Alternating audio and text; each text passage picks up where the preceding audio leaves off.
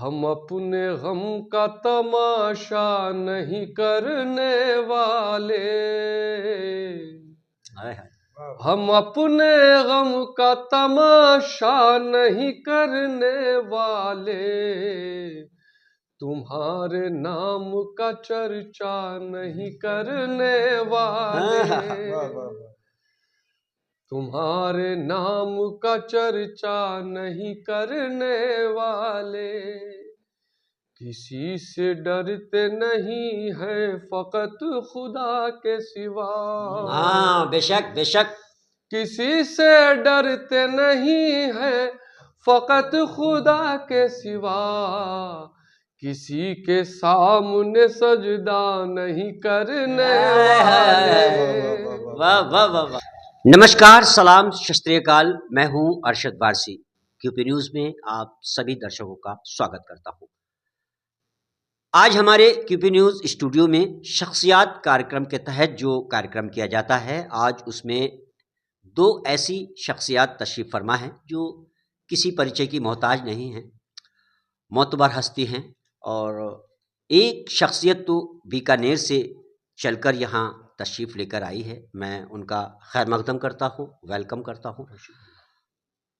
شاعری سے متعلق آج ہم اور اردو فروغ سے متعلق آج ہم بات کریں گے ان سے۔ ایک ایسی شخصیت ہیں جو کہ ایک شاعر ہیں اور جن کو شاید شاعری وراثت میں ملی ہے۔ بہرحال ہم آگے بات چیت شروع کریں گے۔ سب سے پہلے ہم آپ کو ان کا تعارف کرائیں جو بیکانیر سے شخصیت یہاں تشریف فرما ہے۔ ارشاد عزیز صاحب ہیں جو بیکانیر سے چل کر آئے ہیں، ایک شاعر ہیں۔ ہم ابھی ان کا پہلے کلام سنیں گے، پھر ہم اپنی گفتگو شروع کریں گے۔ اور بیچ میں جو ہمارے پاس میں بیٹھی ایک شخصیت ہے، عمران قیس صاحب ہیں، یہ بھی ایک شاعر ہیں اور جے پور سے ہی بلانگ کرتے ہیں۔ آئیے ہم شخصیات کارکرم میں ان کا استقبال کرتے ہوئے شروعات کرتے ہیں۔ میں سب سے پہلے ارشاد عزیز صاحب سے گزارش کروں گا کہ سب سے پہلے تو وہ ہمارے درشکوں کو اپنا کلام سنائیں اور اس کے بعد پھر ہم آگے کی کارروائی شروع کرتے ہیں۔ عزیز صاحب، میں آپ کو درخواست کرتا ہوں کہ آپ ہمارے درشکوں کو پہلے اپنے کلام سے نواز دیں۔ بہت بہت شکریہ آپ کا نوازش، اور مطلب پیش کرتا ہوں، ترنم میں جی پیش کرتا ہوں۔ عطا۔ زندگی تیرا آئینہ ہوں میں، واہ، زندگی تیرا آئینہ ہوں میں، تجھ کو خود میں دکھا رہا ہوں میں۔ شعر خاص طور سے تیری یادوں کا قافلہ آئے،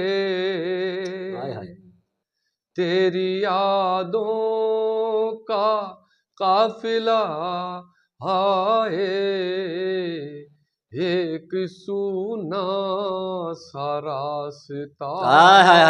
کیا کہنے کیا کہنے، واہ واہ واہ واہ واہ واہ واہ واہ، عزیز صاحب واہ واہ واہ واہ، بےحد نوازش۔ تیری یادوں کا قافلہ آئے، ایک سونا سا راستہ ہوں میں۔ اور شعر دیکھیے، خرچ خود کو یوں کر دیا تجھ پر، خرچ خود کو یوں کر دیا تجھ پر، ایک نقطہ ہی اب بچا۔